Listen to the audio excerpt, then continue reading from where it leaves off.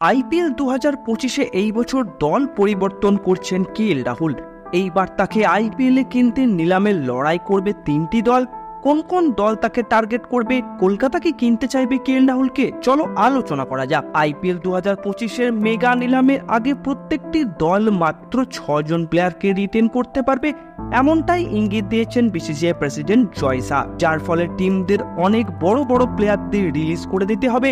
আর এমন পরিস্থিতিতে কেএল রাহুল সবার আগে নিলামে যাচ্ছেন, যা বোঝাই যাচ্ছে, কারণ লখনৌ সুপার জায়ান্টের মালিক সঞ্জীব গোয়েঙ্কার সাথে তার সম্পর্ক একদমই ভালো নেই।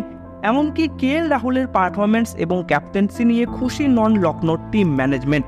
আইপিএল 2024-এ হায়দ্রাবাদ টিমের বিরুদ্ধে একটা ম্যাচে লজ্জার হার হারতে হয়েছিল লখনৌ সুপার জায়ান্টসকে, আর তারপরই কেএল রাহুলকে মাঠে দাঁড়িয়ে কথা শুনিয়েছিলেন সঞ্জীব গোয়েঙ্কা।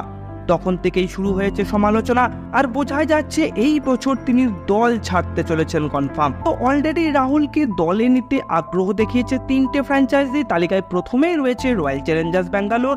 2016 সালে শেষবার আরসিবির হয়ে খেলেছিলেন তিনি। 2025 সালে তাকে দলে ফিরিয়ে আনতে মরিয়া বিরাট কোহলিরা। তার কারণ একজন ভারতীয় উইকেট কিপার কাম ওপেনারের পাশাপাশি পাওয়া যাবে একজন ক্যাপ্টেনও। এছাড়াও গুজরাট টাইটেন্স ও কেকেআর তাকে টার্গেট করছে। হার্দিক পান্ডিয়া যাবার পর এমনিতেই টালমাটাল গুজরাটের দল। এমন অবস্থায় শুভমান গিলকে সাহায্য করতে একজন এক্সপিরিয়েন্স ভারতীয় প্লেয়ার হিসাবে রাহুলকে কিনতে চায় গুজরাট টাইটেন্স। আর কেকেআরের কথা ভাবলে কেকেআরের উদ্দেশ্য একজন ভালো ভারতীয় উইকেট কিপার ব্যাটসম্যানকে টার্গেট করা, আর তাই মেগা নিলামে কেকেআরও টার্গেট লিস্টে রাখবে কেএল রাহুলকে। তো বন্ধুরা, তোমাদের কি মনে হয় কেএল রাহুলকে নিলামে কোন দল কিনতে পারেন? নিচে কমেন্ট করে জানাও।